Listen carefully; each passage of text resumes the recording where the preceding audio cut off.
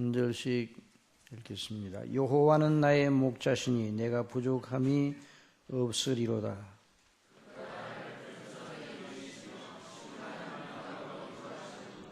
내 영혼을 소생시키시고 자기 이름을 위하여 의의 길로 인도하시는도다.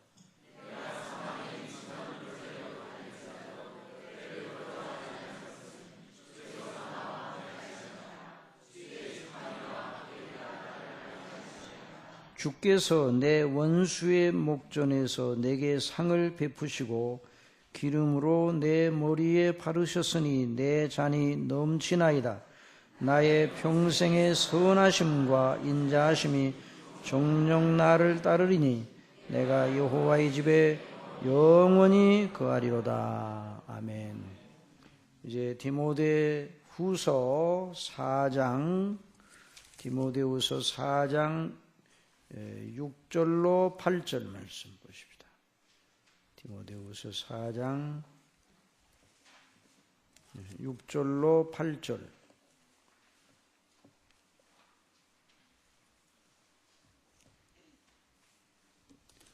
관제와 같이 벌써 내가 부음이 되고 나의 떠날 기약이 가까웠도다.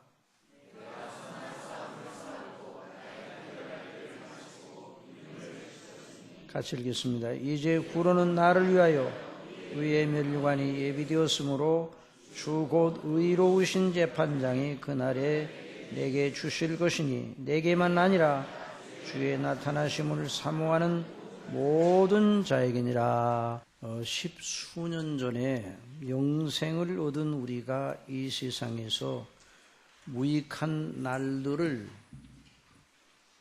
더 살 필요가 있겠는가, 이런 생각을 하면서 몇 명의 사람들이 집단적으로 자살을 한 그런 사건이 있었습니다. 방송 뉴스에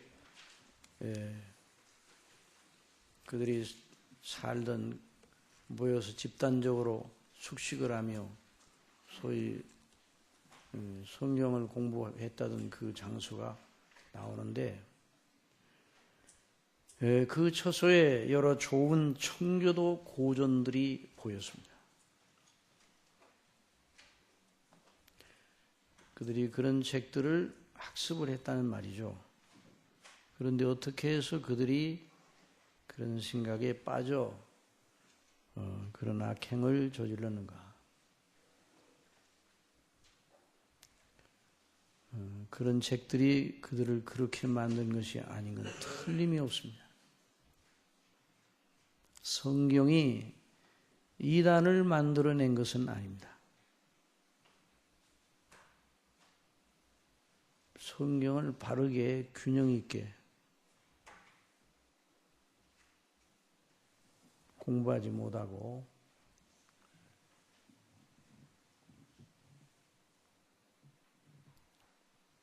하나님의 성령님의 인도하심을 따라 바른 지도를 따라 바른 교리로 공부하지 못하여 그런 이단들이 발생한 것처럼 그들이 청교도들의 책을 읽었기 때문에 그렇게 된 것이 아닙니다. 로이드 존즈 목사님은 말했습니다. 사도시대 이후 교회사 중에서 가장 성경적으로 산 교회시대의 사람들을 지적하라면 나는 주저없이 청교도들이다, 이렇게 대답을 할 것이다, 그렇게 말했어요. 그들은 성경에 따라서, 뭐에 따라서요? 성경에 따라서 하나님의 말씀인 성경을 학습하고 성경에 따라 교회 생활, 사회 생활, 자기들 개인의 경건 생활을 하였습니다. 구원받은 하나님의 자녀의 본분에 합당하게 하나님의 부르심의 소망에 걸맞게 살려고 최선을 다한 사람들이에요. 그래서 가장 성경적인 사람들을 교회사 속에서 찾으라 그러면 사도시대 이후에 바로 청교도들일 것이다, 이렇게 말했습니다. 물론 이런 말을 하면 이의를 날 사람도 있을지 몰라요. 그 청교도들 가운데도 극단에 치우쳐 있는 사람들이 들어있던데요. 있습니다. 물론 있어요. 어느 집단에도 다 이제 바르지 못한 사람들이 섞여 있기 마련입니다. 우리 예수님의 비유 가운데 곡식을 뿌렸는데 가라지가 났다. 원수가 뿌린. 주인이 주어 일꾼들로 뿌리기 한 것이 아닌 원수가 와서 가라지를 뿌려서 그 가라지가 나옵니다. 그렇기 때문에 어떤 영적인 놀라운 은혜가 넘치는 때에도 교회사 속에서 균형을 잃어버리고 잘못된 길로 가던 사람들이 있었어요. 자, 그래서 균형을 잃는 건 아니에요. 균형을 잡는 게 대단히 중요한 것이죠. 자, 우리는 그런 극단에 빠진 예외적인 소수의 사람들을 가지고 청교도 전체를 평가해서는 안 됩니다. 개나리가 가끔 푹한 날씨가 오래 계속되면 겨울에도 개나리가 핍니다. 그래서 초등학교 학생들이 지나가다가 개나리를 보고 개나리가 폈네. 그 다음에 이제 학교에서 시험 문제가 났습니다. 개나리가 언제 피나요? 어떻게 대답해야 되겠어요? 어떻게 대답해서 겨울에 핍니다. 그렇게 대답하면 틀린다고요. 그러므로 우리가 성경이 말하는 하나님의 말씀을 하나님의 말씀이 뭘 말하는가를 잘 배워야 돼요. 그래서 복음의 진리, 은혜의 진리를 배우고 확신한 일에 거하되 균형을 이루는 거예요. 그럼 엉뚱한 오류에 빠져 큰 악행을 저질러요. 아니, 영생을 얻었으니까 지금이라도 하늘나라에 갈 수 있다.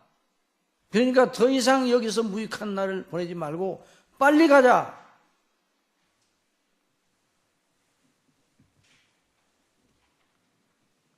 그렇게 성경이 가르친 적이 없어요. 청교도들이 그렇게 말한 적이 없어요. 청교도들은 가장 바르게 자기의 날들을 보낸 사람들이에요. 그래서 오류에 빠지니까 큰 악행을 저지르고 자기들도 불행하고 하나님의 이름을 모독하는 큰 악을 범하였습니다. 사도 바울은 에베소 교회에서 3년간 목회한 후 성령님의 인도하심을 따라 예루살렘을 거쳐 로마로 갈 뜻을 세우고 거기를 떠나려 할 때 그 에베소 지역의 교회 장로들을 불러 고별 설교를 하였습니다. 다 같이 읽어봅시다. 시작. 아시아에 들어온 첫날부터 지금까지 내가 항상 너희 가운데서 어떻게 행한 것을 너희도 아는 바니 곧 모든 겸손과 눈물이요 유대인의 관계를 인하여 당한 시험을 참고 주를 섬긴 것과 유익한 것은 무엇이든지 공중 앞에서나 각 집에서 꺼림이 없이 너희에게 전하여 가르치고 유대인과 헬라인들에게 하나님께 대한 회개와 우리 주 예수 그리스도께 대한 믿음을 증거한 것이라. 뭘 증거했다고요? 하나님께 대한 회개, 예수 그리스도께 대한 믿음. 이제 하나죠, 하나. 이제 나는 심령의 매임을 받아 예루살렘으로 가는데 거기서 무슨 일을 만날는지 알지 못하더라. 같이 읽으세요. 오직 성령이 각 성에서 내게 증거하여 결박과 환난이 나를 기다린다 하시나 나의 달려갈 길과 주 예수께 받은 사명 곧 하나님의 은혜의 복음 증거하는 일을 마치려 하면은 나의 생명을 조금도 귀한 것으로 여기지 아니하노라. 보라, 내가 너희 중에 왕래하며 하나님 나라를 전파하였으나 지금은 너희가 다 내 얼굴을 보지 못할 줄을 아노라. 그러므로 오늘 너희에게 증거하노니 모든 사람의 피에 대하여 내가 깨끗하니 이는 내가 꺼리지 않고 하나님의 뜻을 다 너희에게 전하였습니다. 이게 하나님의 뜻을 다 너희에게 전했다고 그랬어요. 그러니까 그 영어 NIV 그 성경에 내가 주저없이 선포했다면 너희에게 하나님의 뜻 전체를 선포했노라. 사도 바울은 하나님의 뜻 전체를 에베소 교회 성도들에게 증가하고 가르쳤습니다. 전체로 배우는 게 매우 중요해요. 전체로 배우는 게. 이런 집회를 통해서 우리 믿음 전체를 이렇게 한꺼번에 집중적으로 볼 수 있는 이런 기회를 가지는 대단히 중요해요. 이단은 하나님의 뜻 전체를 포괄적으로 균형 있게 가르치지 않습니다. 이단들의 한결같은 특징은 성경의 어느 부분을 크게 확대해요. 여러분, 우리 사람이 하나님께서 이렇게 머리는 이렇게 몸은 이렇게 또 여러 지체들은 각자의 그 기능을 따라서 그렇게 균형 있게 하나의 몸을 이루도록 하셨습니다. 그런데 막 이 팔이 허벅지만 해. 팔이. 머리가 막 이만해요. 그러면 그건 잘못되는 것이죠. 이단은 그렇게 어느 부분을 확대를 하더니 또 어느 부분을 삭제를 해요. 성경을 삭제한 그런 데도 있어요. 10계명을 2계명을 없애버린 데가 있어. 그리고 마지막 계명을 2개로 분리해가지고 그래서 10개의 계명은 만들어내기는 만들어냈어요. 그런데 2계명을 싹 없애버렸어. 2계명이 무슨 계명이에요? 그렇죠. 하나님을 1계명은 하나님은 섬기라는 계명, 2계명은 너를 위하여 새긴 우상을 만들지 말고 또 위로 하늘에 있는 것이나 아래로 땅에 있는 것이나 땅 안에 물속에 있는 것에 아무 형상이든지 만들지 말며 그것들에게 절하지 말며 그것들을 섬기지 말라. 그래서 이 계명을 싹 빼버렸어요. 그 이 계명이 있으면 그 집단이 제대로 설 수가 없어요. 그게 어딘 줄 아세요? 로만 캐톨릭. 천주교가 그렇게 합니다.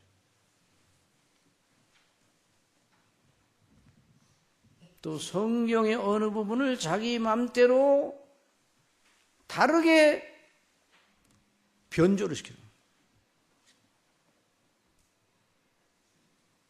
거예요. 예수님께서 가나 혼인잔치에서 첫 번째 이적을 행하셔서 영광을 나타내셨을 때 마리아, 개인적으로는 어머니죠. 그런데 마리아 보고 뭐라고 그랬어요? 마리아 보고 마리아더러 예수님께서 뭐라고 하셨어요? 여자여 그랬죠. 그 전부 어머니로 바꿔놨어요.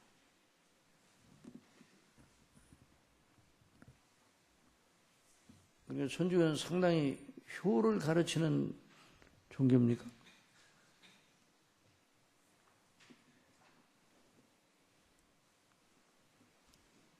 이런 것들이 전부 다 이단들의 특성이에요. 또 왜곡, 또 자유로 없는 걸 붙여 성경에다. 이런 것들이 다 이단들이 하는 짓입니다. 여러분, 청교도 고전들을 읽을 때에도 그 저자들을 통해 증거된 진리 전체를 받지 않고 자기 마음에 맞아 보이는 것만 고르는 식의 독서는 금물이에요. 편집증이에요, 편집증. 자기 고집에, 자기 아집에 빠져가지고 그것만 보는 거예요. 이런 자세는 하나님의 복음의 이해를 위하여 가장 나쁜 방식에 들어가는 것이죠. 누구 말에 가장 훌륭한 연주자는 자기 것을 섞지 않고 작곡자의 의도와 정신에 자신을 온전히 복종시키는 사람이라, 이런 말을 들었어요. 이거 진리예요. 여러분, 연주자는 어떻게 한다고요? 그 악보를 따라서 어떻게 한다고요? 악보를 따라서 작곡자가 그 악보를 작곡할 때 어떤 의도로 어떤 정신으로 무엇을 나타내기 위해서 그렇게 작곡했는가를 알고 거기에 충실하게, 가장 충실하게 연주를 하는 사람이 최고의 연주자예요. 그 말이 진리예요. 음악 세계에서. 저는 음악을 잘 모르는데 그 말이 맞아요. 틀림없을 거예요.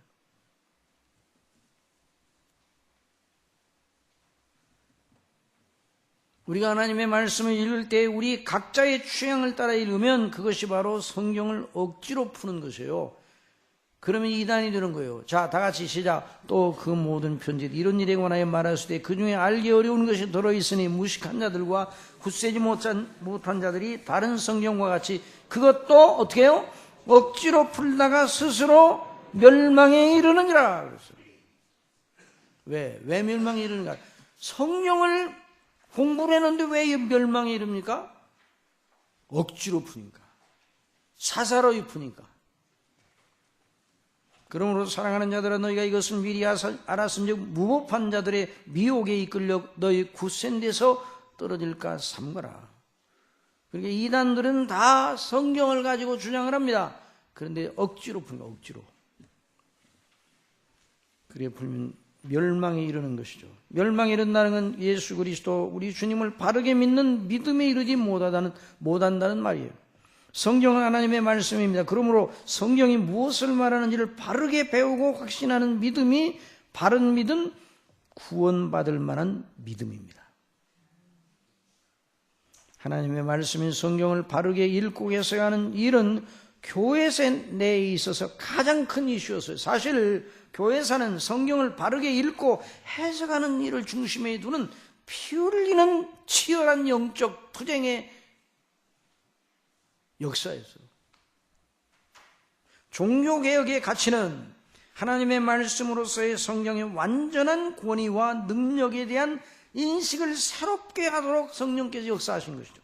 또 그 성경을 바르게 읽고 해석하고 성경이 말하는 그대로 믿고 행하는 것에 목숨을 건 투쟁과 승리의 거사에서 하나님께서 역사하십니다. 여러분, 종교개혁의 일이 목숨을 건 치열한 싸움이었어요.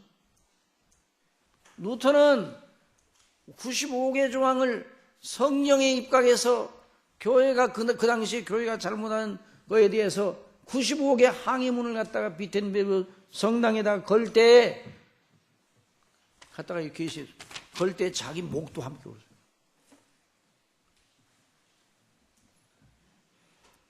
그러니 루터나 칼빈 같이 그 일에 주도적인 역할을 하였던 신실한 종들은 다 누구에게 사로잡혀 있었어요? 성령님께 사로잡혀 있었어요. 그러니 종교개혁은 사람이 일으킨 운동이 아니었습니다. 하나님의 말씀인 성경의 권위를 재천명하셨어요. 재선포하셨어요. 그 성경을 어떻게 해석하고 믿고 행하느냐 하는 걸 가르치신 성령님의 역사였습니다. 그래서 성경을 바르게 이해하고 해석하는 일은 교회사를 통해 성령께서 가르치신 진리 체계를 아는 것이 그렇게도 중요한 거예요. 그러니까 은혜 받고 자기 혼자 산속에 들어가서 다른 건 다 팽개치고 성경만 계속 읽어요. 100독, 200독, 300독. 그러면 훌륭한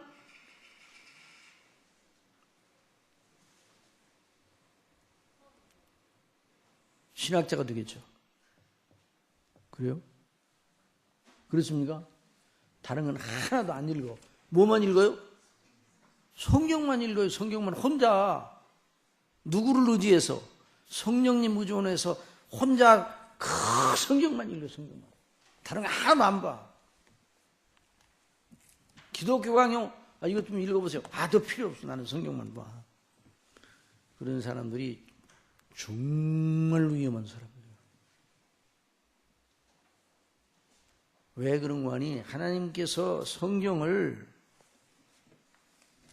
우리에게 주실 때 성령께서 성경을 기록하도록 감동하셨죠. 모든 성경은 누구의 감동으로 되었다고요? 하나님의 감동으로 되었다고 그랬어요. 성령께서 영감을 주셔서 축자 영감. 그러니까 모든 문자, 문장, 모든 거 다 할 때 성경을 기록한 기자들이 여전히 저와 여러분과 성경이 같은 사람이었음에도 불구하고 모세와 선지자와 사도들을 주장하셔서 그 연약과 부족과 인간의 죄성이 거기에 첨가되지 못하도록 성령께서 사로잡으셔서, 그래서 성령이 완전한 책이 완전한 책. 만약에 우리가 믿고 따라야 되는 성경에 오류가 있다 그러면, 큰 오류가 아니라도 큰일 나는 거예요. 그래서 성령께서 어떤 의미에서 원저자시요, 원저자. 성경의 원저자시요. 성령께서 감동하셔서. 그래서 모세로부터 요한계시록, 모세 오경으로부터 요한계시록까지의 그 기간, 한 600여 년 기간 동안에 성경이 쓰여졌는데, 다 각자 시대가 다르고 환경이 다르고 다 그 성경 기자들의 그 역사적인 배경이 다 다르더라도 누가 감동하셨다고요? 성령께서 감동하셨어요. 그러니까 성령께서 그걸 쓰게 하셨으니까 성령께서 그 성경이 뭘 말하는가를 가르쳐 주시는 일을 교회사 속에서 하셨다고요. 자, 그럼 또 여러분의 질문 던지겠습니다. 빨리 대답하세요. 지금도 성령께서 성경과 같은 계시의 말씀을 주시기도 한다. 주셔요, 안 주셔요? 이제는 종결이 됐어요. 그런데 성령께서 성경이 뭘 말하는가, 성경을 어떻게 이해하고 믿어야 되는가, 성경을 따라 어떻게 믿음과 행위를 성경에다 복종시켜야 되는가 하는 걸 가르치시는 일은 교회사 전체에서 하셨다. OX 하셨어요, 안 하셨어요? 오늘도 하셔야 안 하셔요? 하시는 거예요. 그런데 오늘 이 시대에서 하시는 건 어떤 방식으로 하시는가? 이제까지 교회사 속에서 가르쳐 주셨던 거 다 밀어젖히시고 새롭게 주시는 것이 아니에요.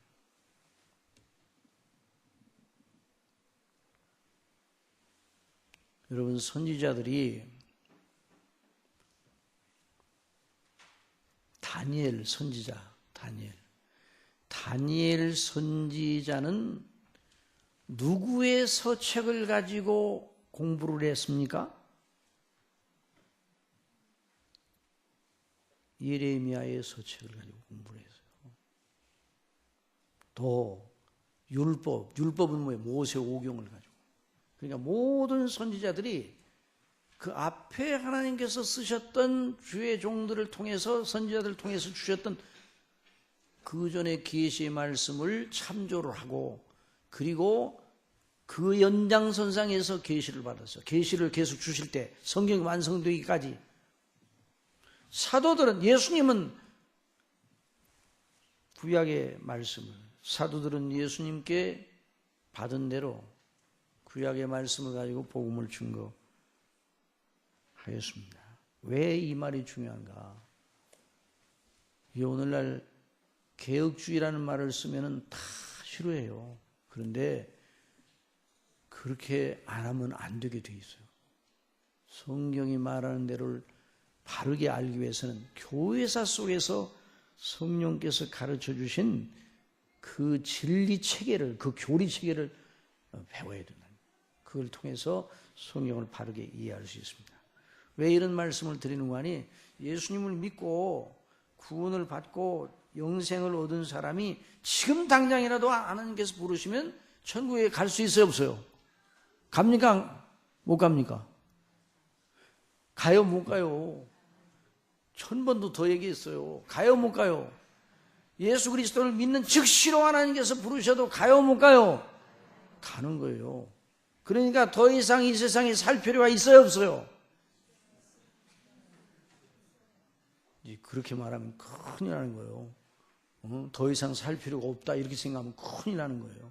그래서 오늘 성경이 말하는 대로, 또 교회사 속에서 계속 성령께서 가르쳐 주시는 의도를 따라 지상생애의 날들이 어떤 의미를 가지는가, 우리가 매일같이 오늘도 하루가 지났잖아요. 우리에게 주어지는 하루하루의 날들, 평생의 모든 날들, 그 날들이 무슨 의미를 가지는지 우리 그리스도인들에게, 구원받은 우리에게 어떤 의미를 가지는지 그걸 바르게 알아야 돼요. 그걸 알아야 바른 신앙생활을 할 수 있어요.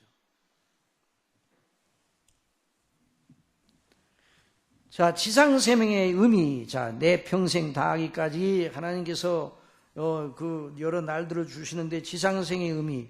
다 같이 시작. 나의 평생의 선하심과 인자하심이 정녕 나를 따르니. 우리는 이 대목은 우리는이라는 말을 없애야 되는데, 이 대목은 우리로 하여금 우리가 지상에서 사는 평생의 의미가 무엇인지, 그리고 영어 성경에는 all the days of life라고 그랬어요. 그러니까 지상에서 사는 모든 삶의 날들, 모든 날들, 매일 모든 날들. 그러니까 지상에서 사는 모든 날들은 언제부터 언제까지? 우리 학생들만 대답해요. 언제부터 언제까지라고요? 학생들만 대답해봐요. 언제부터 언제까지라고요? 태어날 때부터 언제까지요? 태어날 때부터 죽을 때까지 모든 날들이에요. 자, 평생의 모든 날들의 의미가 무엇인가? 깊이 숙고할 기회를 이 말씀을 통해 주시는 거예요. 우리가 지상에 산다는 건 무엇인가? 흔히 사람들은 다음과 같은 식으로 자문합니다. 아니, 이게 뭐야? 내가 이 땅에서 사는 날들이 이리도 힘이 드니 무슨 희망이 있어? 대체 이 세상에 사는 것이 무슨 의미란 말이야? 에이, 이럴 바에야 차라리 그 다음에 점점점 그 차라리 점점점은 뭐요? 여러분 각자. 아이고, 이렇게 살 바에야 어떻게 해요? 이렇게 살 바에야 아이고 점점점. 제가 점점점 했지만 그 다음에는 여러분들이 속으로 생각해요. 아이고, 이렇게 살 바에야 아직 뭐 사는 것도 아니야.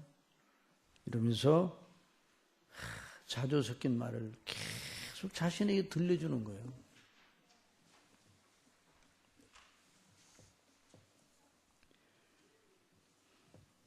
그러나 그렇게 하면 안 돼요. 그리스도인들은 에이, 이게 뭐야, 이게 사는 것도 아니야, 이렇게 말하면 안 되는 거예요.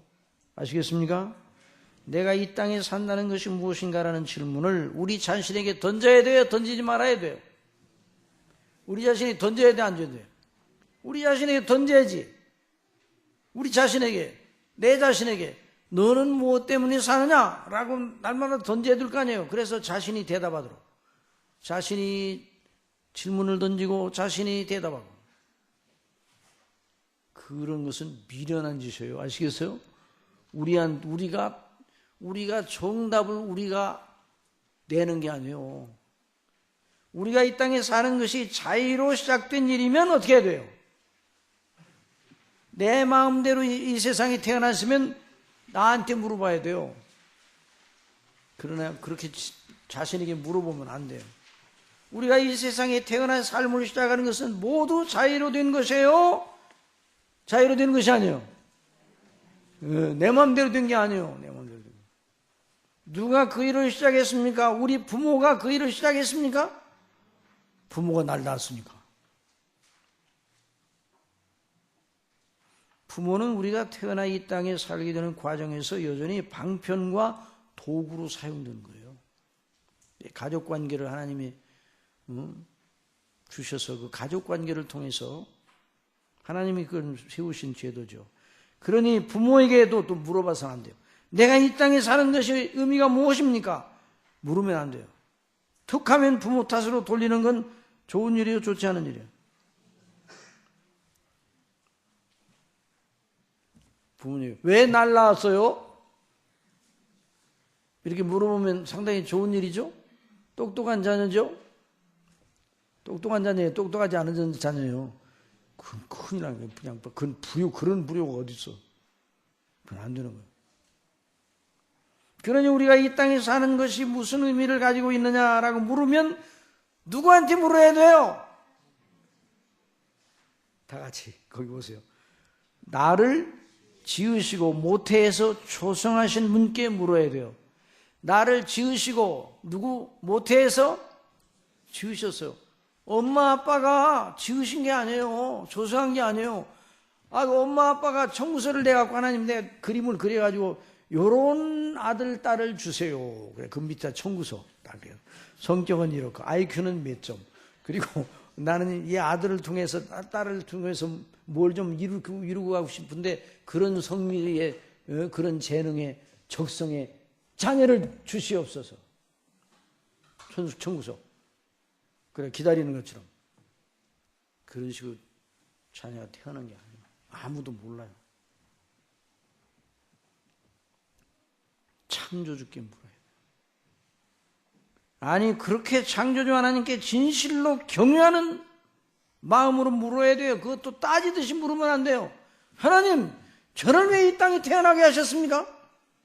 그리고 실문하면 안 돼요. 다 같이 실문하면, 실문하는 게 뭐예요? 실문, 방자하게, 실문하는 방자하게, 무엄하게 아주 무례하게 실문하는 게 실문하는 거예요. 하나님께 실문하면 안 돼요. 네가 누구한데 하나님께 실문하느냐 그러죠. 경외하는 마음으로, 겸비한 마음으로, 두려워하는 마음으로 시편 23편대로 고백하는 하나님의 자녀로서 그 질문을 던져야 돼요. 그러니까 창조주 하나님께 이런 질문을 던질 사람은 바로 정말 예수님 믿는 사람밖에는 없어요.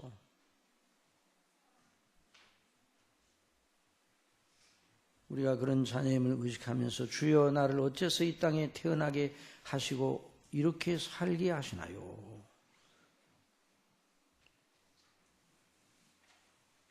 그래서 하나님께서는 그렇게 물을 줄 아시고 답을 성경에다가 기록해 놓으셨어요.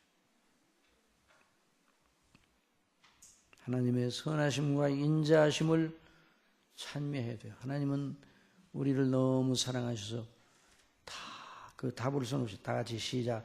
야곱아, 너를 창조하신 여호와께서 이제 말씀하시는 이스라엘아, 너를 조성하신 자가 이제 말씀하시느니라. 너는 두려워 말라. 내가 너를 구속 또는 속량하였고 내가 너를 지명하여 불렀나니 너는 내 것이라 그랬어. 내가 물 가운데로 지날 때 내가 함께할 것이라. 강을 건널 때 물이 너를 침몰지 못할 것이며 내가 불 가운데로 행할 때 타지도 아니할 것이요 불꽃이 너를 사르지도 못하리니 대저 나는 여호와 내 하나님이요 이스라엘의 거룩한 자요 내 구원자임이라. 내가 애굽을 너의 속량물로 구수와 수바를 너의 대신으로 주었노라. 이제 이 대목은 이스라엘과 하나님의 택한 백성인 아브라함의 후손들인 이스라엘을 두고 1차적으로는 하신 말씀이에요. 그런데 이 말씀은 모든 택한 하나님의 백성들이 주시는 말씀이에요.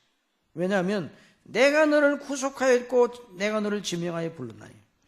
그 당시 이제 이스라엘 그 사람들에 대해서 하나님께서 그런 귀한 선민의 사랑을 베풀어 주셨죠. 다른 민족에 비해서 그걸 말씀하시는 것이에요. 그런데 이걸 우리 자신에 적용해야 돼요.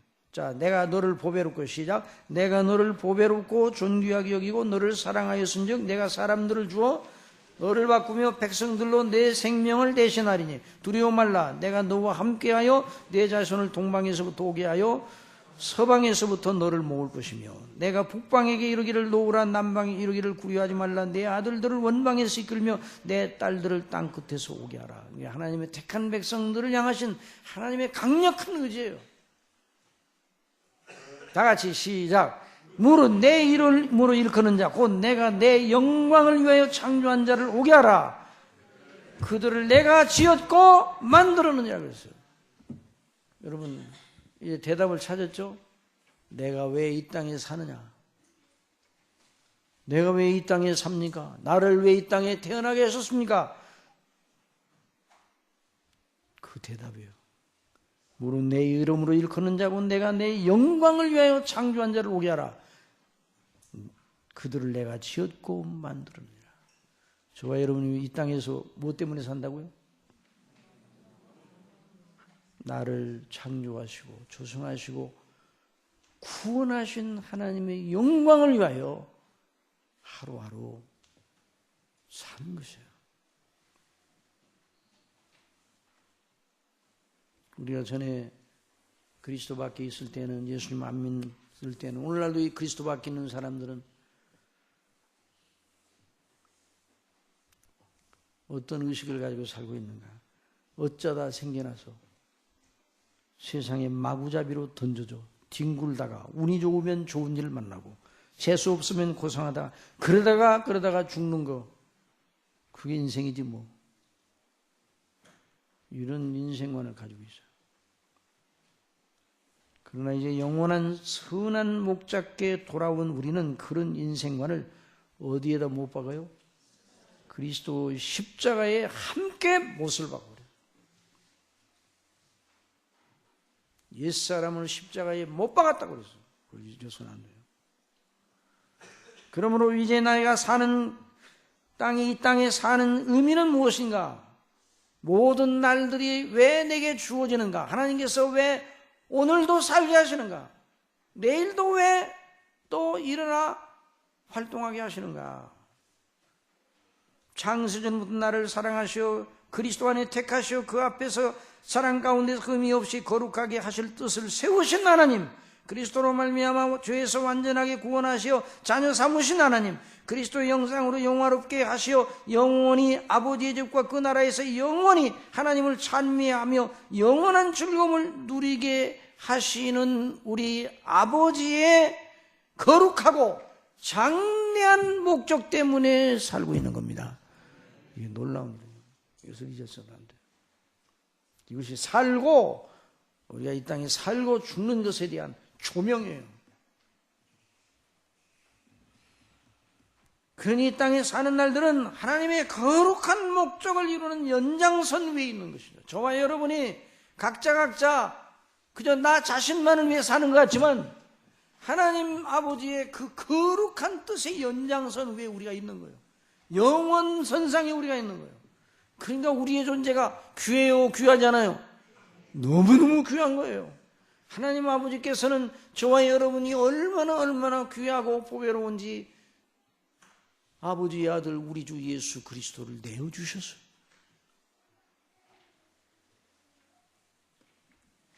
그러니까 영생 얻었으니까 아예 더 그만 살지 말고 그냥 고생스러운데 뭐 그렇게 할 거 없어. 그냥 어서 가자. 그래가지고 이건 악한 아주 악한 영이 사주해가지고, 그러니까 이런 놀라운 하나님의 말씀과 교훈을 균형 있게 배우지 못하게 그들의 눈을 다 가린 그런 결과로 나온 일이에요. 그렇게 지상 삶의 의미는 하나님의 이름과 나라가 걸린 영원하고 장대한 목적으로 조명해야 돼요. 조명이 중요해요? 중요하지 않아요? 중요해요. 조명이. 어떤 조명으로 보느냐에 따라서 달라지는 거예요. 선글라스 탁 끼면 글라스의 색깔에 따라서 달라져요. 색깔이.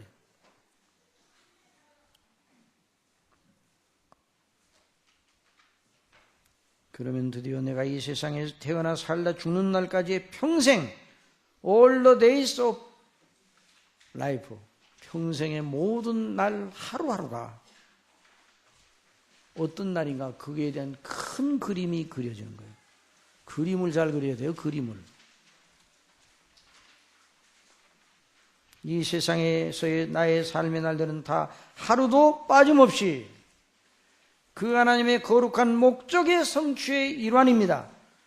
여러분 믿습니까? 하루하루가 다 무의미하게 우리에게 주어지는 게 아니에요. 여러분 생각해 보세요. 아무도 없는데, 제가 여러 번 그 말씀드려요. 아무도 없는데 방에 불이 환하게 켜 있어요. 그럼 어떡합니까? 아무도 없어요. 그럼 어떻게 해요? 그래도 켜놔야 되기는 켜놔야 되. 켜놔요? 아니 누가 이 켜놨어? 아무도 없는데 환하게 불을 밝히고 그잖아요.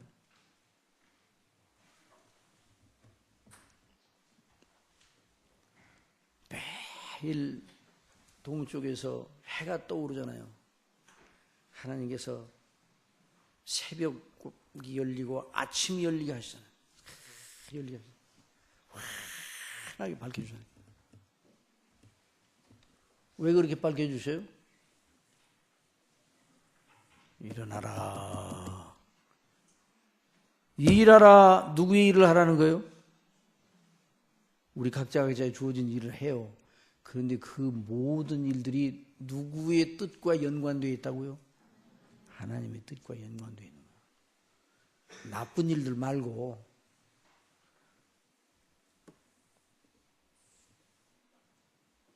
도적이 밤새 일을 하다가 해가 떠오르면 딱 멈추고 침대로 들어가요.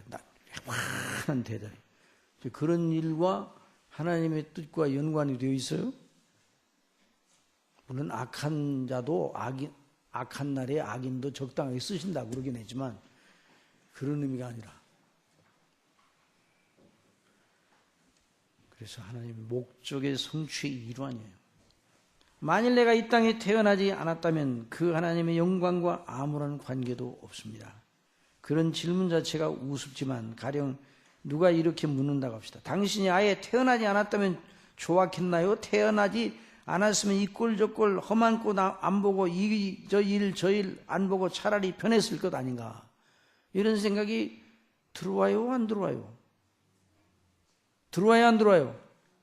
안 들어와요? 예, 잘하는 거예요. 문을 꽁꽁 걸어 잠그세요.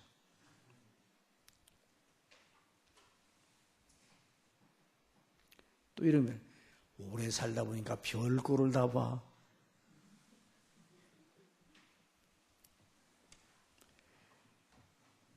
저나 여러분은 어떻게 이 세상에 태어나서 사는 날들을 어떻게 이해를 해야 됩니까? 저나 여러분이 참 그리스도인 시편 23편의 말씀을 우리의 고백으로 삼는 사람이라면 뭐라 대답해야겠습니까? 각자 30초만 드릴 테니 대답을 만들어 보세요.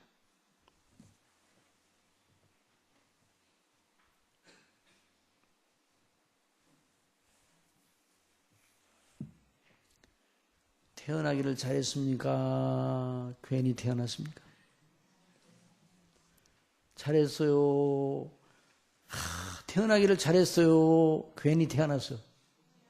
내 이러려고 태어났나?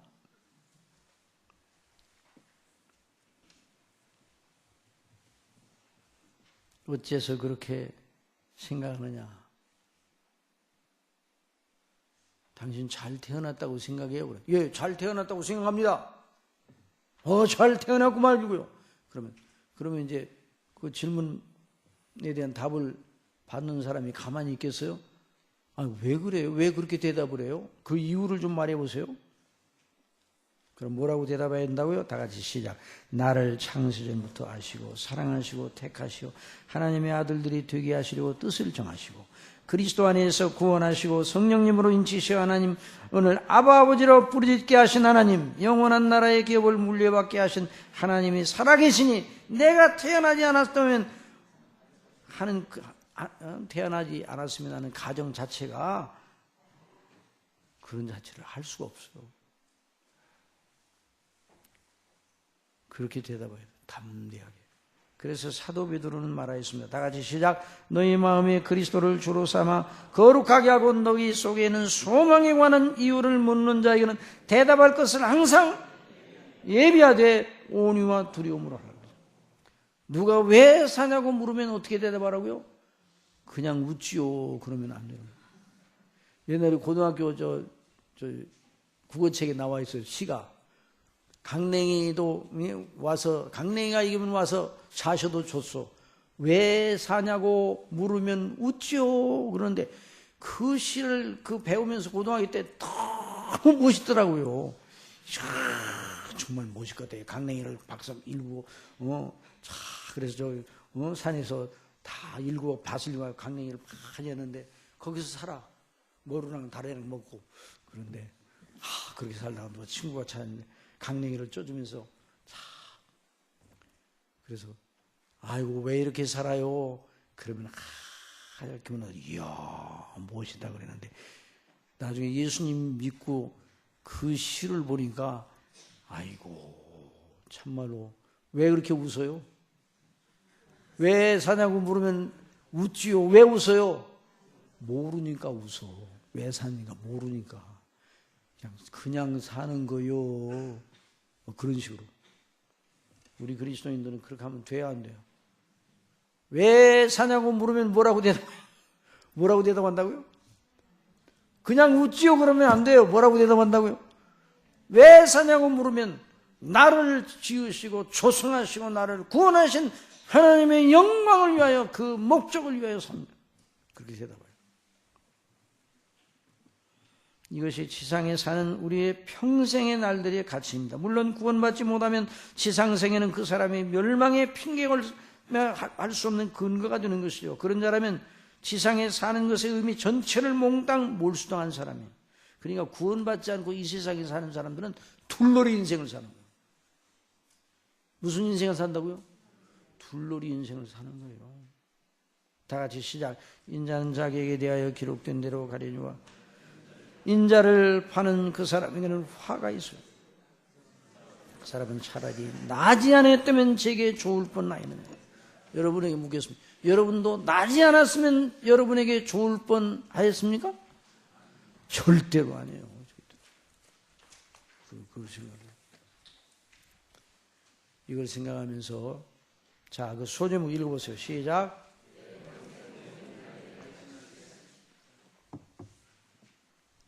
그러니까 하나님께서 매일같이 태양을 뜨게해서 불을 환하게 밝혀주셔서 하나님이 기뻐하시는 일을 하도록 아침을 열어주십니다. 어느 누가 예수님을 믿으면 즉시라도 천국에 갈 자격이 생겼다고 했으니 살기 힘들면 포기하고서 하늘에 갔으면 하는 생각을 해도 좋나요 하고 물어오면 어떻게 대답하겠습니까? 세상에 사는 건 광야의 생활 어리고 만만치가 않고 힘이 드는 건 사실이에요. 그러니 그만두고 싶은 생각이 불쑥불쑥 나기도 할 수 있어요. 우리도 다 같은 성경을 가졌으니까 불쑥불쑥 그 생각이 들어요.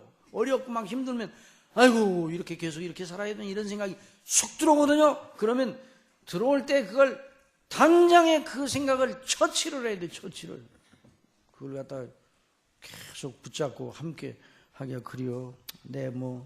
나는 원래 그런 사람이요. 나는 내 신세 그 모양이지. 이러면 큰일 나는 거예요.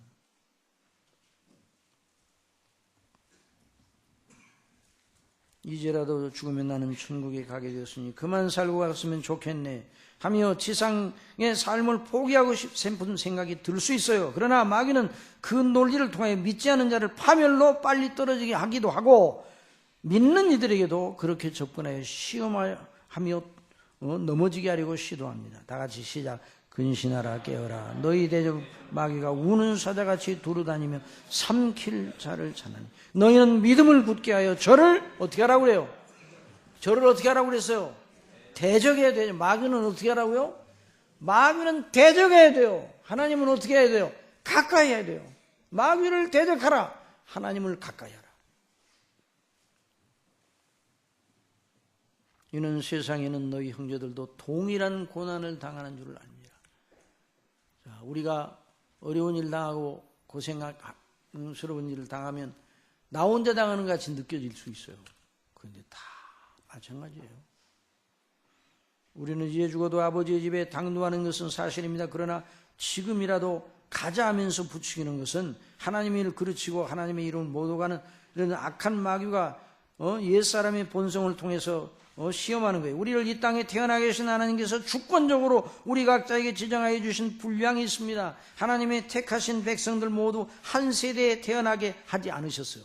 여러분 각 세대로 분표시켰어요. 하나님의 택한 백성들, 하나님의 택한 백성들의 리스트가 언제 작성이 되었어요? 언제 작성이 되었다고요?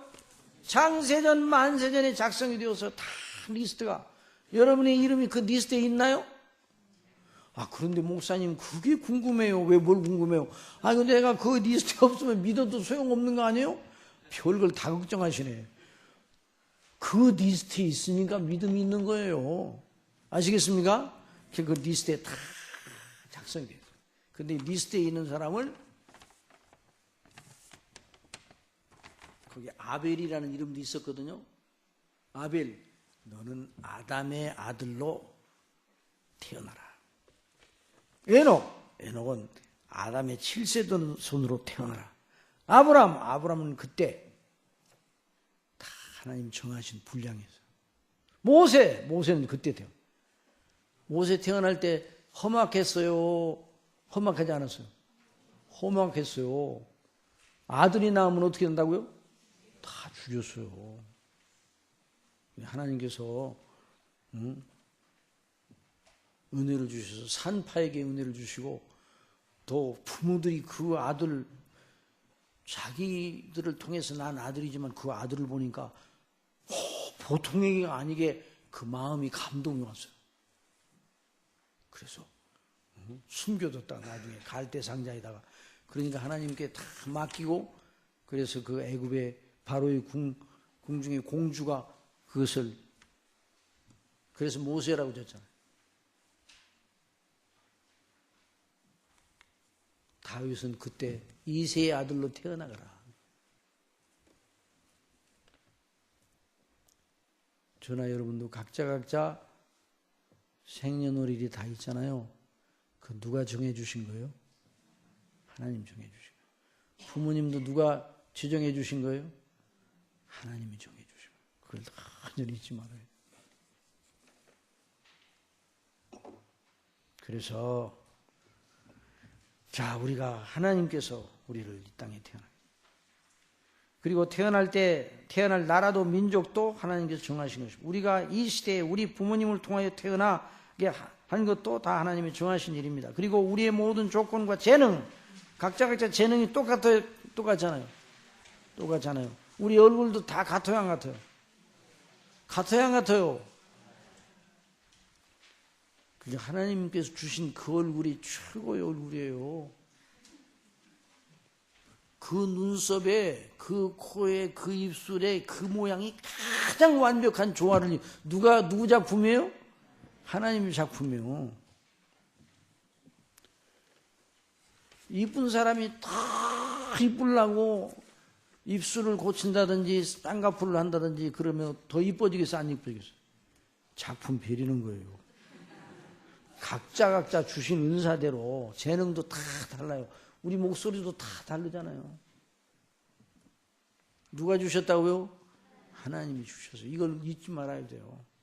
그러니까 생각을 누구로부터 시작해야 돼요? 여러 번 말씀드렸죠. 우리 생각이 복잡하면 어디로 올라가라고요? 창세기 1장 1절로 가라니까요. 태초에 하나님이 천지를 창조하십니다. 이 말씀부터 생각을 정돈해 나가야 돼요. 그런데 범죄를 해가지고 내가 하나님 앞에 죄인인데 그런데 하나님께서 나를 사랑하셔서 예수 그리스도를 통해 구원해 주시고 아니 만세전부터 나를 택해 주시고 이게 생각을 정돈해야 돼요. 생각을 정돈. 그리고 각자 저나 여러분이 각자 주신 은사와 재능이 있고 소명이 있는 거예요.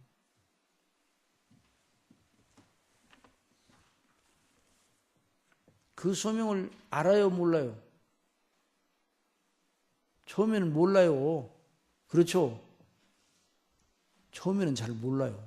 근데 하나님께서 그 섭리로 그 사람 인도를 하셔요. 자. 그러니까 하나님께서 그렇게 그 일을 하도록 그 사람이 이 세상에 있을 때 그렇게 하도록 그렇게 역사를 하시는 거예요. 여러분 각자의 주신 것도 그렇게 하신 거예요. 부족한 저도 제가 복음의 사역자 목사가 되리라고는 어릴 때 꿈도 꾼 적이 없었습니다. 그런데 하나님의 정하신 섭리와 그 놀라운 주권적인 경륜이 있어서 그러니까 감사해요, 감사찮아요? 감사해요, 안 감사해요? 저는 참 감사합니다. 여러분들도 마찬가지예요. 여러분 각자. 그러니까 우리 각자를 이렇게 만드시고 이런 조건에서 삶을 영위하게 하시는 것은 그 하나님의 주권 주신 사명을 감당하기 위한 것이. 그러니까 이 땅에 사는 날 동안에 왜 사느냐? 사명 감당하기 위해 사는 겁니다, 여러분. 자, 하나님의 은혜의 영광을 찬미하게 하시려는 목적, 하나님의 영광을 위해서. 그러니 우리 각자의 주어진 평생의 모든 날들이 내 자신의 목적을 위해서가 아니라 나를 택하시고 지으시고 조성하시고 구원하신 하나님의 목적을 위하여 존재하는 것입니다. 그러므로 우리의 평생의 날들이 다하기까지 한 줌 힘이 남아있을 때까지, 한 호흡이 남아있을 때까지, 마지막 호흡을 들이키고 내쉴 때까지, 곧 하나님께서 우리 지상생의 끝을 알리는 종지부를 찍으실 때까지. 누가 찍으셔요? 누가 찍어요? 하나님이 찍으시는 거예요. 누가 찍어야 돼요? 아무도 찍으면 안 돼요. 누가 찍어야 돼요? 하나님이 찍으시는 거예요. 그러니까 안락사 상당히 참 잘하는 일이죠. 그래요, 안 그래요? 비성경적이에요. 최선을 다해서는, 우리 인간 최선을 다해서. 낙태 상당히 지혜로운 일이죠. 그냥 하나님께서 시작하신 것을 하나님께서 마치게 하시는 거예요. 이걸 잊어서는 안 돼요. 종지부를 찍을 때까지 우리는 하나님의 이름과 그 나라와 그 영광을 위하여 섬겨야 합니다. 사명. 그리고 우리를 부르신 거룩한 부르심에 따라서 우리 속에 계신 성령님의 능력을 의지하여 말씀을 따라 자신의 영혼의 성화에 힘써야 돼요. 성화. 이 땅에 사는 동안 뭐에 힘써야 된다고요? 성화. 하나님의 자녀의 신분을 얻고 그리스도의 영상을 본받기 위해서 자녀의 신분은 이미 얻었으니까, 영생은 이미 얻었으니까, 그리고 복음을 위해 헌신해야 되는 거예요. 우리가 각자 그리스도인들이 다 가지고 있는 재능과 적성과 그 사명의 일터는 각자 다를 수는 있는데 공통적인 게 뭐냐? 복음을 위해서 헌신하는 일에는 각자 다 헌신해야 돼요. 그래서 우리 모든 그리스도인들은 교회의 지체가 되어 하나님의 교회를 섬기는 거예요. 예수께서 저에게 이르시되 내 아버지께서 이제까지 일하시니 나도 일한다 하시매, 우리 예수님 말씀하시고 우리도 거기에 붙여 나도 성삼위 은혜 안에서 매일 일한다 해야 합니다. 여러분 믿습니까? 자, 하나님께서 뜻을 이루시되 당신의 사랑하시는 자녀들에게 은혜와 은사와 재능과 능력을 나누어 주시어 그 일에 동참하게 하시어 이루시는 것입니다. 사도 바울은 말하였습니다. 다 같이 시작. 나를 중히 여기는 자도 주를 위하여 중히 여기고 먹는 자도 주를 위하여 먹으니 이는 하나님께 감사하며 먹지 않는 자도 주를 위하여 먹지 아니하며 하나님께 감사하느니라. 우리 중에 누구든지 자기를 위하여 사는 자가 없고 자기를 위하여 죽는 자도 없도다. 우리가 살아도 주를 위하여 살고 죽어도 주를 위하여 죽나니 그러므로 사나 죽으나 우리가 다 누구의 것이에요? 주님의 것이로다. 이를 위하여 그리스도께서 죽었다가 다시 살으셨으니 곧 죽은 자와 산 자의 주가 되려 하심이니라. 그런즉 다 같이 읽으세요. 그런즉 너희가 먹든지 마시든지 무엇을 하든지 다 하나님의 영광을 위하여 하라. 그와 같이 우리 지상생의 의미는 하나님의 목적에 따라, 뭐의 목적에 따라? 누구의 목적이요? 내 목적이 아니라 하나님의 목적에 따라 그리스도 안에서 우리에게 약속된 영원한 영광의 소망의 연장선에서 찾아야 돼요. 거기에 비추어서. 예수님의 달란트 비유는 지상생의 가치를 연상하게 하는 비유입니다. 5달란트 받은 자는 주인의 뜻을 받들어 열심히 장사하여 몇 달란트 남겼다고요? 5달란트를. 2달란트 받은 사람은 역시 주인의 뜻을 받들어 2달란트를 남겼습니다. 주어진 기간, 주인이 다시 돌아올 때 계산하기 위해서, 회개하기 위해서 이제 왔잖아요.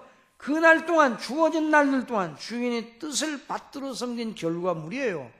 그러나 1달란트 받은 자는 주인의 뜻에 불만을 가지고 땅에 묻어두었습니다. 주인이 돌아와 계산할 때가 되기까지 모든 날들을 어떻게 했다고요? 허송했어요. 여러분, 저와 여러분이 모든 날들을 허송하면서 생활하는, 어떤 게 허송하는 건가? 주님과 상관없이 사는 게 허송하는 거예요. 그게 허무와 수고와 슬픔으로 특징 짓는 인생을 주님 없이 사는 거. 이게 바로 이게 허송하는 거죠.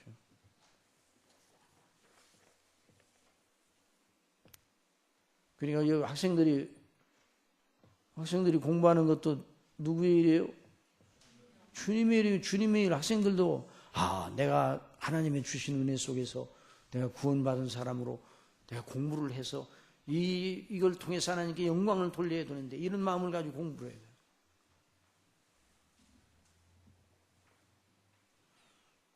그래서 한 달란트 받은 자에게 악하고 게으른 종이라, 주인의 추상 같은 고정이 있었어요. 그 비유가 예수님의 입에서 나온 것이니 우리가 그 말씀을 유념해야 합니다. 우리 각자에게 주어진 날들을 주님의 뜻에 합당하게 써야 합니다. 그 일에 유념하지 못하면 악하고 게으른 종이라는 하나님의 추상 같은 책망을 들어야 마땅하는 것입니다. 세 번째, 다 같이 시작. 주님의 선하심과 인자하심. 자, 본문 말씀 다 같이 시작. 나의 평생의 선하심과 인자하심이 정녕 나를 따르리. 다윗은 우리가 앞에서 살펴본 것과 같은 의식을 가지고 자기의 사는 평생의 마지막 날까지, 우리가 앞에서 생각한 그런 의식을 가지고 이 말을 했어요. 하나님의 이 선하심과 인자하심을 베푸시리라는 확신을 표현하는 것입니다.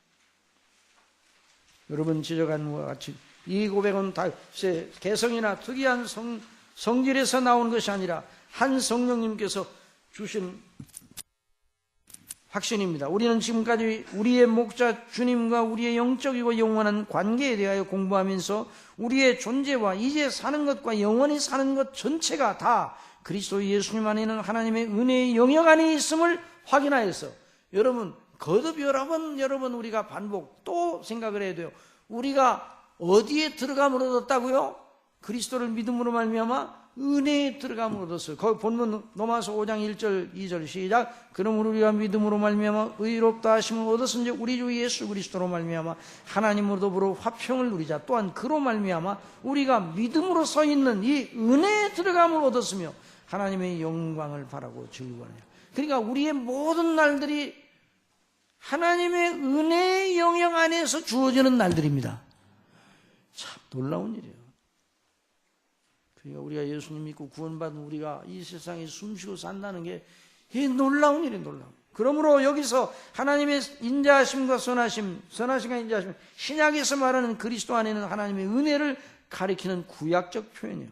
다윗은 앞에서 목자 되신 주님께 사랑하시고 구원하시고 자녀 삼으신 우리 곧 당신의 양들로 생명을 얻게 하고 풍성하게 얻게 하고 각종 시험과 괴방에서 보호하여 믿음이 떨어지지 않게 붙들어 주시고 이기게 하시고 늘 존대하시는 행사를 말하였습니다. 다 같이 또 읽어보세요. 여호와는 나의 목자시니 내가 부족함이 없으리로다. 그가 나를 푸른 초장에 누이시며 쉴만한 물가로 인도하시는도다. 내 영혼을 소생시키시고 자기 이름을 위하여 의의 길로 인도하시는도다. 내가 사망의 음침한 골짜기로 다닐지라도 해를 두려워하지 않을 것은 주께서 나와 함께 하심이라. 주의 지팡이와 막대기가 나를 안위하시나이다. 주께서 내 원수의 목전에서 내게 상을 베푸시고 기름으로 내 머리에 바르셨으니 내 잔이 넘치나이다. 그 모든 것이 주님의 선하심과 인자하심 속에서 되어지는 일입니다. 다른 말로 해서 여기서 말하는 주님의 선하심과 인자하심은 신약적인 의미에서 정리하면 이러합니다. 죄는 없으셨으나 죄 가운데 있는 우리가 당하는 연약이 무엇인지 몸소 체험하신 주님께서 우리의 평생의 모든 날 동안 하루도 아니 한순간도 빠짐없이 우리에게 은혜와 긍휼을 베풀어 주신다는 말씀입니다. 여러분 우리가 침 삼키는 동안도 누가 보호하신다고요? 주님이 은혜로 존귀하게 여기시는.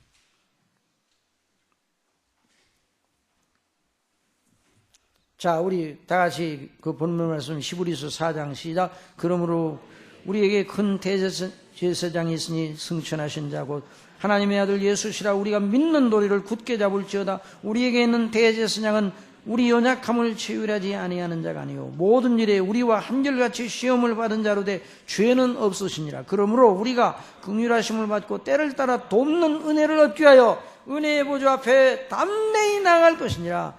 우리 예수님은 우리의 연약이 무엇인가를 몸소 체험하신 분이에요. 죄는 없으시지만. 그러므로 한결같이 시험을 받은 자로 되 죄는 없으십니다. 그러므로 우리가 긍휼하심을 받고 때를 따라 돕는 은혜를 얻게 하여 은혜의 보좌 앞에 담대히 나갈 것이다. 주의 선하심과 인자하심이 평생 나를 따르겠다. 그런 확신을 다윗이 말하는 건 똑같은 거예요. 자, 로마서 8장 31절 시작. 자기 아들을 아끼지 아니하시고 우리 모든 사람을 위하여 내어주시니가 어찌 그 아들과 함께 모든 것을 우리에게 은사로 주지 아니하시겠느냐.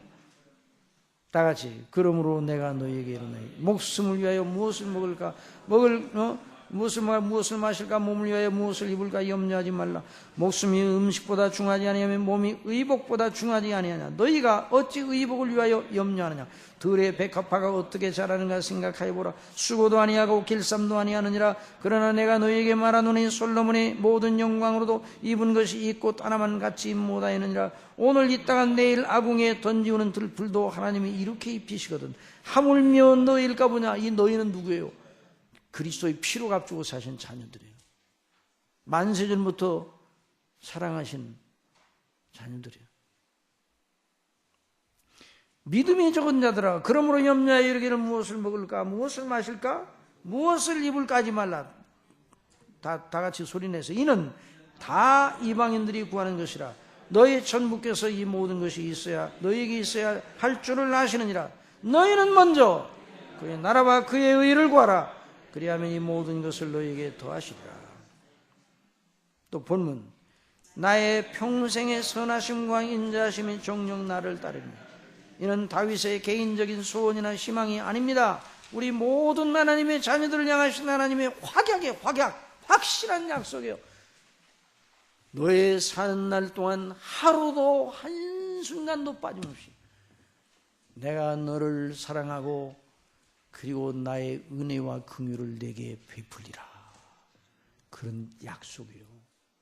다윗으로 하여 이렇게 고백하게 하신 것은 성령께서 그 마음속에 역사에서 고백하게 하신 거예요. 그러니까 이것이 바로 하나님의 약속이에요. 이 말씀을 붙들고, 그러니까 우리가 어떤 경우에도 이 일에 하나님께서 은혜를 주실 줄 믿나이다. 이 일을 통해 주의 이름을 높이게 해주세요. 그러니까 우리의 보기에 우리의 날들이 어떠하다 해도 주님의 선하심과 인자하심, 우리를 대속하기 위하여 우리 대신 질고를 당하시고 피 흘려 죽으시고 다시 사신 그 인자하심과 선하심의 그늘 아래 있음을 잊어서는 안 되는 것이다. 다 같이 읽읍시다. 시작. 시편 91편. 지존자의 은밀한 곳에 거하는 자는 전능하신 자의 그늘 아래에 거하리로다. 내가 여호와를 가리켜 말하기를 저는 나의 피난처요 나의 요새요 나의 의뢰하는 하나님이라 하리니 이는 저가 너를 새 사냥꾼의 올무에서와 극한 연병에서 건지실 것입니다. 저가 너를 그 깃으로 덮으시리니 네가 그 날개 아래에 피하리로다. 어느 날개를 피하래요? 주님의 날개. 여러분, 병아리가 암탉의 날개 아래 피하는 걸 여러분 보신 적 있습니까? 아이고, 도시에서 자라난 학생들은 모르죠. 요즘이야 달걀이 어디서 나냐 물어보면 어디서 나요? 슈퍼에서 나고. 어디서 나냐? 근데 이제 예전에는 다 시골에서 닭들을 키웠잖아요. 꾸꾸꾸꾸 그러면 팍 여기 있던 모이를 주는 때가 오면 팍 옵니다. 수십 마리가. 크게 암탉이 병아리를 몰고 다니는데 삐약삐약 하면서 병아리를 몰고 다녀요. 암탉이 싸나워요, 안 싸나워요?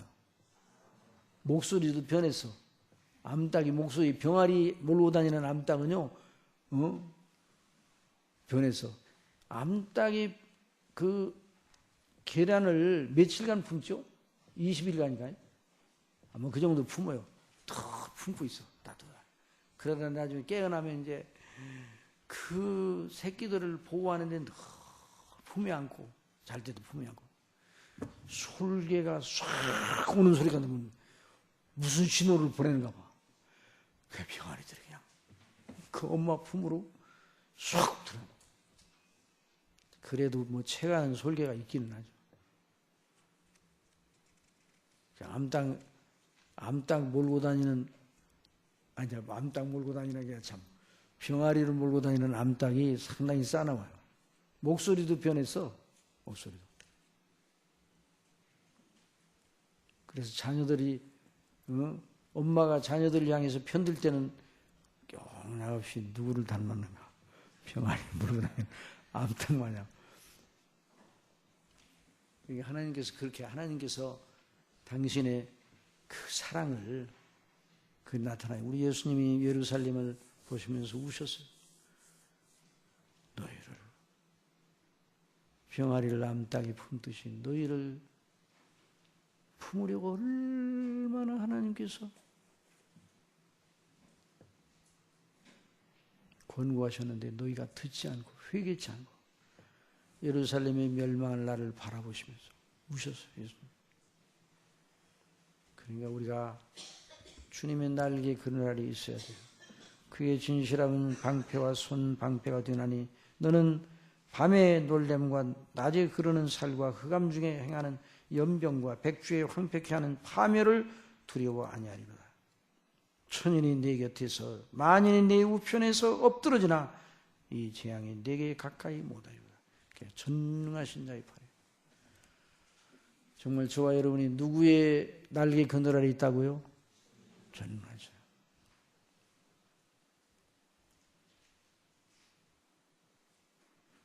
우리가 그걸 잊지 말아요. 언제나 잊지 말아요. 주의 선하심과 인자하심이 평생 나의 사는 날 동안 매일같이 매 순간마다 나를 따를 것이다. 자, 사도 바울은 그런 믿음을 가지고 이 땅에서 살았습니다. 자, 거기에, 자, 제목 읽어봅시다. 시작. 사도 바울의 지상생의 날들. 자, 거기 본문 시작. 관제와 같이 벌써 내가 부음이 되고 나의 떠날 기약이 가까웠다. 이제 모든 날들이, 사도 바울에게 주셨던 모든 날들이 다 이제 끝이 왔어요. 내가 선한 싸움을 싸우고 나의 달려갈 길을 마치고 믿음을 지켰으니 이제 후로는 나를 위하여 의의 멸관이 예비되었으므로 주고 의로우신 재판장이 그날에 내게 주실 것이니 내게만 아니라 주의 나타나심을 사모하는 모든 자에게니라. 사람이 지상생의 모든 날들을 마치고 하나님 앞에 서는 날이 가까이 올 때 정직하게 신앙 양심으로 무엇을 말할 수 있느냐가 정말 중요한데요. 물론 그 모든 것의 진실성 여부를 판단하시는 분은 하나님이십니다. 그러나 사도 바울은 자기 생의 모든 날들을 돌아보면서 그런 말을 할 수가 있었어요. 하나님 앞에서. 내가 선한 싸움을 싸우고. 무슨 싸움을 싸웠어요? 선한 싸움. 우리 사람들은 선한 싸움을 안 싸우고 아이고 누추한 싸움을 많이 해요. 우리가 이 세상에 살면서 무엇을 위하여 투쟁하고 힘써야 할지를 보여주고 있습니다. 선한 싸움은 주님의 은혜에 보답하는 양, 주님의 이름과 나라를 위하여 헌신하고 세상의 풍조로 힘을 삼는 악한 영의 유혹을 이기며 주신 복음의 사명을 감당한 사람으로서의 사도 바울의 고백이에요. 지금도 선한 싸움을 써요. 복음의 진리를 위해서 주의 종들을 통해 주의 백성들이 그 믿음을 지키기 위해서 선한 싸움을 싸우는 것이죠. 믿음으로 나아갈 때. 오늘날 교회들이 복음을 상실해 가고 있는 게 너무 안타까워요.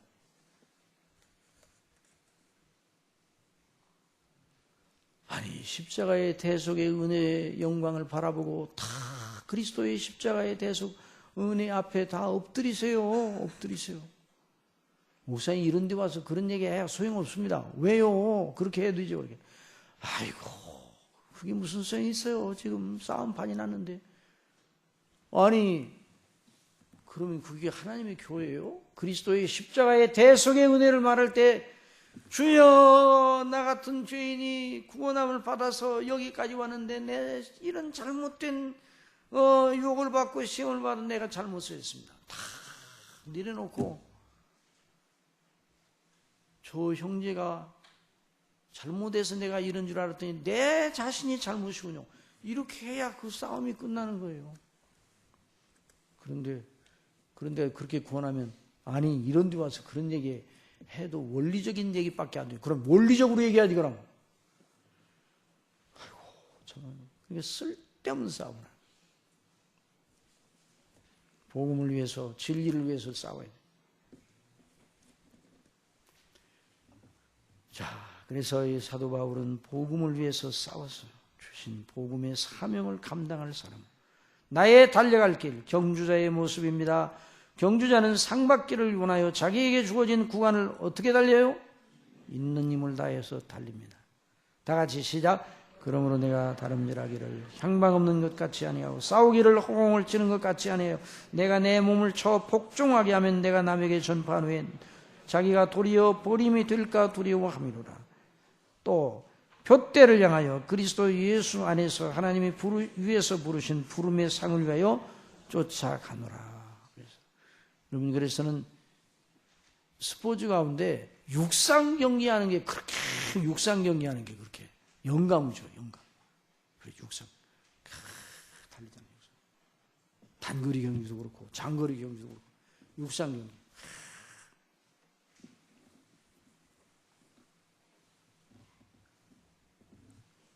상업기를 위해서 달려가는 거예요. 어떤 사람은 맨 앞장서다가 3000m 경기라가 앞장서다가 한참 앞장서서 가더라고요. 그래서 저 사람 1등 하겠다 그러더니 가다가 그냥 빠지더라고요. 앞장서 가다가 오버페이스 해가지고. 그 욕심이 들어와서 욕심이. 어떤 사람은 세 번째, 네 번째로 계속 달려가더니 꼬링 라인 몇십 미터 남겨놓고 쏙 우승을 하는, 절제하면서, 자신을 절제하면서 이런 모습을 보면 영감을 많이. 사도 바울도 푯대를 향하여, 피니시 라인을 향하여 하나님이 위해서 부르신 부름의 상, 놀라운 상. 그러니까 여기 위의 멸류관이 예비되었다고 그랬죠. 그 다음에 믿음을 지켰으니 모든 날들 동안 그리하되 자기의 육체의 힘을 의존하지 않고 자신의 개인의 생각이나 의견이 아닌 말씀을 의존하여 기도와 간구로 은혜를 구하며 성령님의 인도와 그 능력에 의존하는 삶의 날들의 연속이었다는 거예요. 믿음을 지켰다는 그 말은. 하루도 믿음을, 그리스도를 믿고 나서,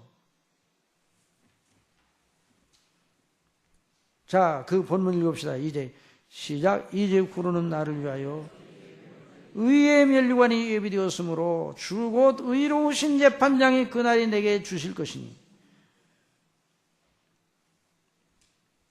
사도 바울은 죽음을 내다보며 죽음의 공포에 집중하지 않았습니다. 죽음 너머에서 자기를 기다리는 영광을 내다보며 즐거워하였습니다. 야, 사람이 이 정도의 경지에 오르면 최고 아닙니까? 그래야 안 그래요? 최고죠, 최고.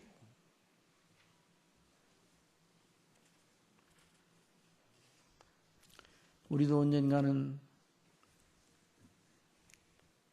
너의 모든 날이 다 끝나간다.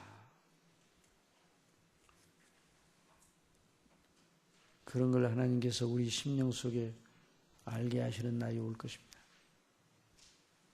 그때 그 죽음 너머의 영광의 아버지의 보좌 앞과 그 앞에서 받을 큰 멸류관을 생각한다면, 그런 삶을 살았다면 얼마나 영광스러워.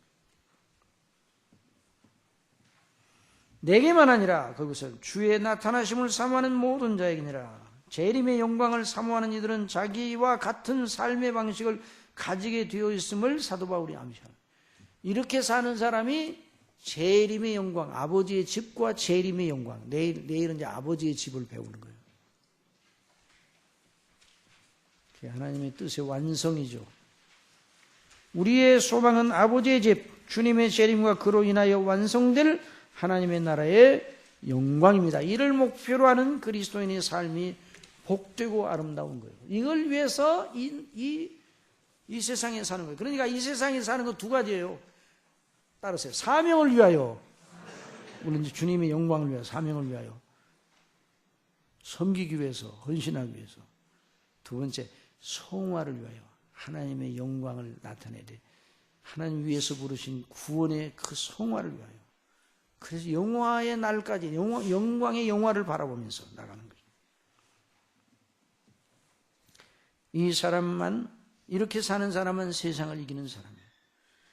자기를 이기고 마귀를 이기고 사는 날 동안 주님께서 그와 함께 하시어 하나님의 큰 일에 동참하게 하시는 것입니다. 여러분, 우리 자신이 하나님의 일을 우리 혼자 못하는 거예요. 우리는 하나님께 부르심을 받아 그 일에 쓰임을 받는 거죠.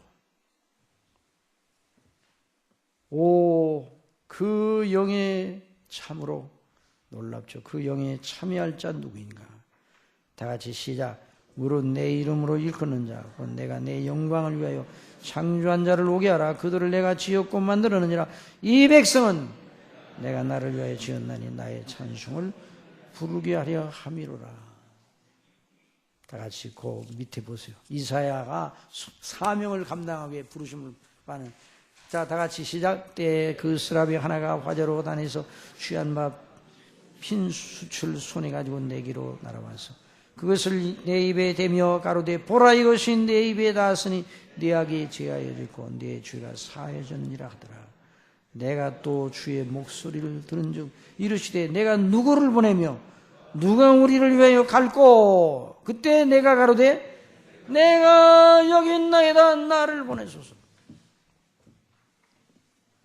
저와 여러분이 다 이런 자세로 하나님의 영광을 바라보고 사랑하시는 아버지 하나님, 다윗이 나의 평생에 주의 선하심과 인자하심이 정녕 나를 따르리니 라고 고백한 그 정신, 그 영을 저희 심령 속에 충만하게 부어 주옵소서. 우리의 모든 날들이 아무렇게나 주어지지 않고 우리가 이 땅에 아무렇게나 내던져진 것이 아니라 하나님 아버지의 주권적인 선하신 목적과 그 긍휼하심과 그 사랑스러운 저희를 향하신 영원한 뜻대로 이 땅에 태어나게 하시고 구원받게 하시고 소망을 가지고 살게 하시는 것을 알고 또 이 땅에서 주어지는 날들은 다시 오지 않습니다. 이걸 생각하면서 주님의 맡기신 사명을 감당하며 각자 여러 가지 모든 일들을 감당할 때 다 주님이 맡기신 일로 생각하고 감당해. 부모의 역할, 또 여러 직임의 역할, 모든 각자 있는 입장에서 해야 될 모든 일이 다 주님이 주신 일로 생각하고 기쁨으로 감당케 해주시고 내 힘으로가 아니라 날마다 베풀어 주시는 그 선하심과 인자하심, 은혜의 능력을 따라 성령님의 감동하심을 따라 말씀 따라 행하는 저희가 되어서 2018년이 그런 복 있는 한날 한날 한순간 한순간이 될 수 있도록 주장하여 주옵소서. 아버지 하나님, 이제 정해진 이 사경에는 내일 저녁 또 1시간 남았사오니 아버지 큰 은혜를 주실 줄 믿습니다. 오늘도 주신 것처럼 내일도 더 풍성한 은혜를 주셔서 아버지의 집에 우리를 위해 무엇을 예비하시는가를 배우고 확신한 일에 거하며 그 빛으로 위로 삼고 구원의 확신을 가지는 저희들이 될 수 있도록 주장하여 주실 줄 믿습니다. 함께하여 주옵소서. 예수님의 이름으로 기도